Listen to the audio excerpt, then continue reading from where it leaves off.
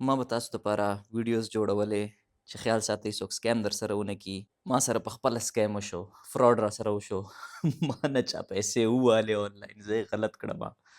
نن ویډیو ډېره مزېداره تر اخره پورې وګورئ چې زه یې څنګه غلط کړمه، ستاسو استاد یې غلط کړی څنګه ده. په آخر کې چې تاسې کو کنزیومر یا کسټمر آنلاین سودا کوئ، هغو دپاره هم ټپس دي، او که تاسو دکاندار یا هغو دپاره هم ټپس دي چې څنګه تاسو هم ځانونه ساتلی شئ. دا یو ټیک ټاک باندې اکاونټ راغی، کور والا ووې چې د دې نه موږ شاپینګ کوو، او هغو ما ته وویلې. ما د اکاونټ سکرول که، د اکاونټ باندې ویډیوز لګېدلې وې، او ښه روغ پښتون سړی و پې، سړي و پې، او هغو ډېر زبردستې ویډیوز جوړولې. ما اکاونټ چک که، ما ته ټیک ښکاره شو. هغو سره موږ کمیونیکیشن کوو، په هغه کمیونیکیشن کې موږ ته وویل چې تاسو دومره روپۍ جوړېږي، او ما هغه روپۍ ورسینډ کړې، پیسې مې ورسینډ کړې، او یا $80 روپۍ دي. ښه څنګه چې پیسې ورسینډ کړې، هغې نه بعد یوه ورځ، 2 ورځې، 3 ورځې هېڅ په وټساپ باندې، ټیک ټاک باندې، هر چرته هېڅ جواب دې سړي نه راکاو. تقریبا 4-5 شپې ووتې او دا سړی نه جواب راکوي او څه پته یې نه لګي. هغې نه بعد چې دې سړي جواب نه راکاو، ما څه وکړه، د اکاونټ ته لاړم. نه مخکې هر څه صحیح ښکارېدل، د اکاونټ هم ویلډ ښکارېده، په دې ویډیوز هم اپلوډ کېدې روزانه بنیاد باندې، او ښې کمنټ هم هر څه پرې راتله. خلکو پرایسز تپوس ترې کو، نو داسې څه کمنټس هېڅ هم نه و. ټیک ټاک ته لاړم، ما په دې کې وکتل چې دې باندې اوس خلکو کمنټس شروع کړه چې موږ سره هم دې پیمنټ اخیستی ده، او هغې نه پس موږ ته جواب نه راکوي. نو زه پوه شوم چې دا فراډ ده. خلکو په دې باندې اکاونټس هم جوړ کړي چې د دې زموږ نه پیسې والي دي، او دې خلکو فراډ نه ځانونه ساتئ. زه دې اکاونټ ته لاړم او دا ویډیوز کتل مې شروع کړم، چېرته ماته هینټ میلاو شي کم، او دا خلک را پیدا کړم چې دا څوک دي. ما ویډیوز کتلې، ما ته دا ویډیو مخې ته راغله. په دې کې د دوی د کوم شاپینګ بیګ چې دا، په دې باندې د شاپ اډرس هر څه لیکلي وو. نو زه ډېر خوشحاله سوم، مال خلک مې غله مې پیدا کړه. نو زه راغلم، د دوی بل ټیک ټاک اکاونټ چې کوم چې شاپینګ بیګ باندې لیکلی وو، هغه مې وکتو. یلته چې زه راغلم او دا ویډیوز چې ما وکتلې، نو ما ته یو ډېر عجیبه خبرې پته ولګېده. ما ته دا پته ولګېده چې دا سړی چې کوم ده، دا بالکل د پخپله دا سړی فراډ والا نه ده. دا دکاندار د دې په نوم باندې، د دې په ویډیوز باندې خلک فیک پروفایلز جوړوي، او دا غریب لګیا د خلکو ته وایي چې دا زموږ اوریجنل خپل نمبر هم دا ده، او دا زموږ د شاپ اډرس، د دکان د هر څه دا دي. نو تاسو بل چاته مه اډوانس پیسې لګئ، هېڅ هم مه کوئ. دې سړي دا صحیح سړی ده. دې نه پس ما دې سړي سره رابطه وکړه، هغه سره مې خبره هم وکړه. اصل کې څه شوه چې دې سړي فیک پروفایل جوړ کړی و، او دا دکاندار چې دا غلط سړی نه ده، د ده ویډیوز یې غلطې استعمالې کړې وې، او هغې باندې خپل اکاونټ جوړ کړی و، او د ده په ویډیوز باندې خلکو نه فیک اکاونټ باندې روپۍ راغوښتلې، او خلک لوټ کوي، او زه هم پکې لوټ کړمه. لومړنی لیسن نمبر 1 تاسو دپاره څه ده، که تاسو هم آنلاین شاپینګ کوئ، شیان راغواړئ، تاسو څه کوئ، یا همیشه آنلاین چې کله هم شیان راغواړئ، یو خو هغو نه تپوس کوئ چې تاسو د دکان اډرس، شاپ اډرس چېرته ده، نمبر 1. دوم نمبر د هغو ویب سایټ لازمي ګورئ، سوشل میډیا ګورئ، فیسبوک، انسټاګرام، ټیک ټاک، هر چېرته د هغو ریویوز ګورئ، کمنټس ګورئ.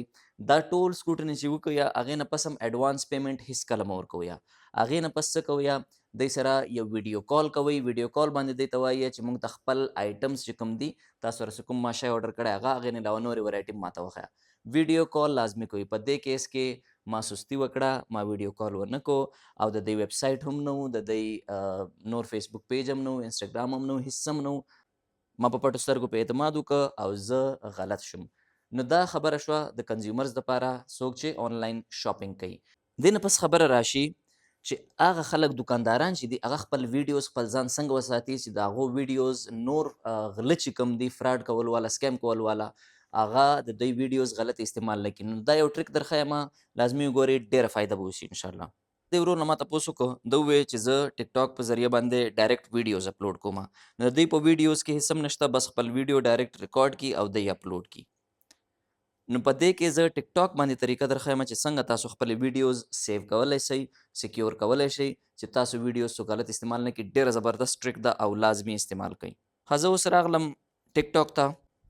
په ټیک ټاک کې مطلب زه یوه ویډیو جوړوم. ښه تاسو به څه وکئ، ویډیو لا اپلوډ کوئ، هر څه وکئ. مثلا ما دا ویډیو یوه جوړه کړه، صحیح شوه، دا زما ویډیو جوړه شوه. ښه دا ویډیو تاسو چې جوړه شي، هغې نه پس به څه وکئ، هلته دا آپشن ویني ایډیټ والا، ایډیټ ته به لاړ شئ. په ایډیټ کې هغې نه پس تاسو سلیکټ کړئ ټیکسټ. ټیکسټ کې هلته بنیادي چې کوم ټیکسټ ده، خپل د برانډ نوم، د شاپ نیم، هغې نه علاوه که چېرته تاسو ویب سایټ وي هغه ولیکئ. صحیح شوه. زه دلته مثال لیکم ویب سایټ یا موبایل نمبر یي، هر یو تاسو موبایل نمبر یي هغه ولیکئ. بنیادي مهم شیان چې کوم دي هغه ولیکئ. هغې نه پس راشئ تاسو دا هم چې ولیکه کله نو دا به تاسو داسې ټیکسټ به سلیکټ کئ. هغې نه پس به راشئ اوپیسټي. اوپیسټي کې به دا به لږ کم کئ. صحیح شو. هغې نه پس دا چې کوم ټیکسټ ده که نه دا ښه غټ کئ او دا شانتې په ټول سکرین باندې کوشش وکئ چې راشي.